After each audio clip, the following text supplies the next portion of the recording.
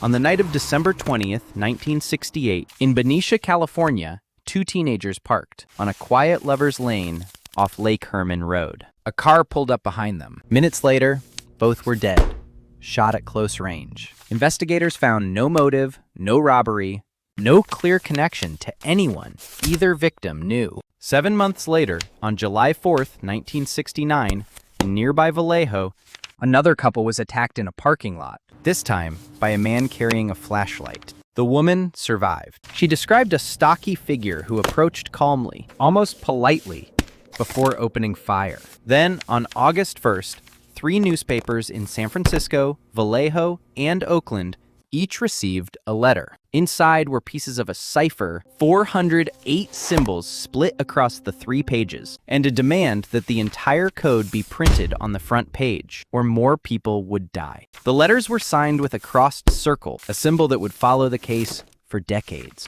Within days, a Salinas couple, Donald and Betty Harden, cracked the cipher by hand. It contained no name, only a rambling confession, and a claim that killing was more satisfying than any pleasure in life. The killer struck again in September at Lake Berryessa, stabbing a young couple while wearing a black hood, marked with the same crossed circle, then calmly walked to their car and wrote the details of his own crime on the door in felt-tip pen. A month later, in San Francisco's Presidio Heights, a cab driver named Paul Stein was shot once in the head. A patrol car passed the suspect on foot minutes later and let him go, because the radio dispatch had gotten his description wrong. Letters kept arriving through 1974, taunting police, naming suspects who turned out to be dead ends, referencing a bomb that was never found. Handwriting experts, code breakers, and amateur investigators chased hundreds of leads.